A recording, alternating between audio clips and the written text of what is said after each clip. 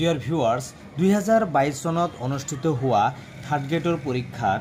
এই কুৱেশ্যনটো আহিছিল কুৱেশ্যনটো এনেকুৱা ধৰণৰ √225/729 minus √25/144 minus √16/81 ৰ মান নিৰ্ণয় কৰিব লাগে ইয়াৰ মান নিৰ্ণয় কৰিব লাগিলে আমি প্ৰথমতে আমি কুৱেশ্যনটো পাতি ল'ব লাগিব 225/729 minus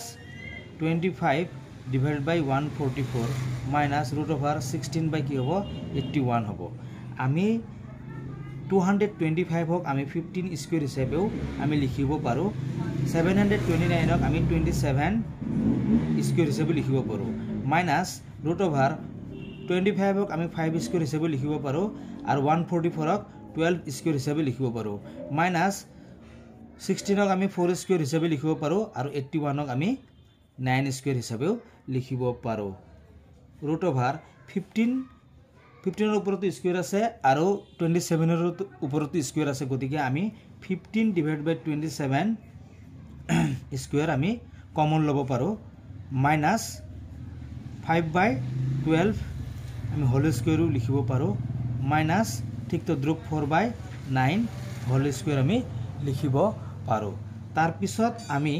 স্কয়াৰ আৰু ৰুট ক্যান্সেল কৰি দিব পাৰো স্কয়াৰ ৰুট ক্যান্সেল এতিয়া থাকিব উপৰত 15/27 minus 5/12 minus 4/9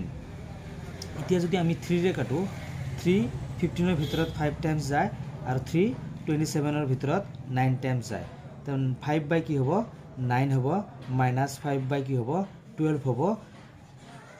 minus 4/9 হ'ব এতিয়া 9 12 আৰু 9 ৰ আমি এলসিএম উলিয়াব লাগে 9 12 আৰু 9 ৰ এটা 3 ৰে যাব লাগিব 3 9 এৰ ভিতৰত 3 টাইমস 3 12 এৰ ভিতৰত 4 টাইমস 3 9 এৰ ভিতৰত 3 টাইমস এতিয়া আকৌ 3 ৰে দি দিও 3 3 ভিতৰত 1 টাইমস 3 4 এৰ ভিতৰত 4 টাইমস 3 3 ভিতৰত 1 টাইমস এতিয়া এখিনি যদি আমি পূৰণ কৰো আমি কিমান পাম 3 3 গুণ 9 9 4 গুণ কিমান হ'ব 36 হ'ব তাৰ মানে কি হ'ব এলসিএম কিমান হ'ব 36 হ'ব 9 36 এর ভিতৰত 4 টাইমস যায় 4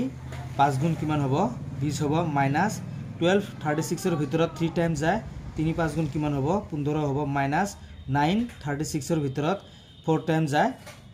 4 4 এৰ লগত মাল্টিপ্লাই কৰিলে কি হ'ব 16 হ'ব এতিয়া আমি 20 এৰ পৰা যদি 15 গুছি যায় থাকিব কিমান 5 minus 16 divided by 36 is equal to কিমান হ'ব 5 এর পৰা যদি 16 যায় তেনে কি হ'ব minus 11 থাকিব divided by 36 এতিয়া আমাৰ आंसरটো এটো হ'ব आंसरটো দিয়া আছে অপশন ডি নম্বৰত দিয়া আছে the correct answer will be minus 11/36